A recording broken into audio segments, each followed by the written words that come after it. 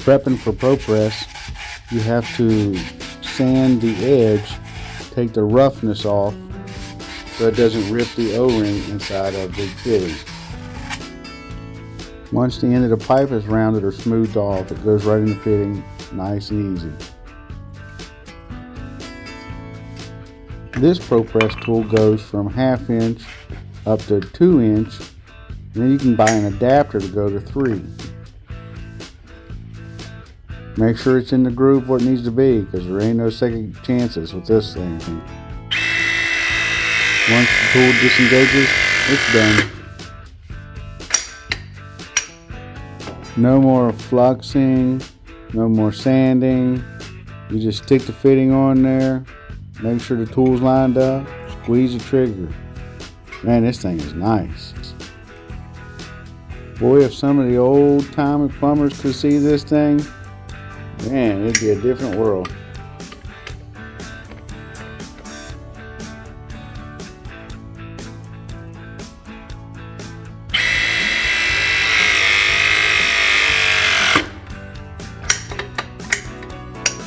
So I cut the bad spot out.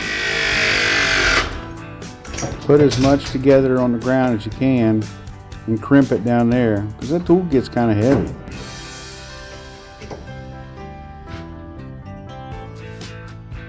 Only downfall I see about it, when you get into those tight quarters, it's just too big and too bulky. Hard to do.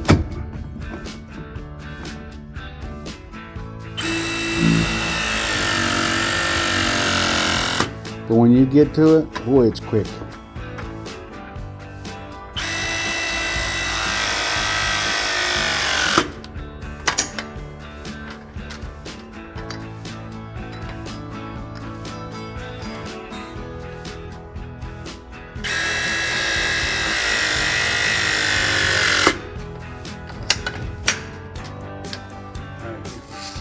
Well, you guys know I like that monster pipe dope.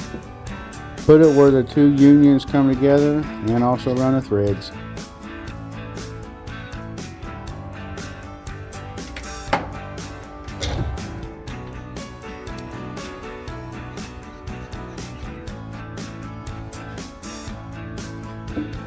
Make sure you use 2 wrenches, one to tighten it and one for backup. Well, once we get it tightened up, we'll turn the water on. So if you see value in this video, don't forget, give me a thumbs up.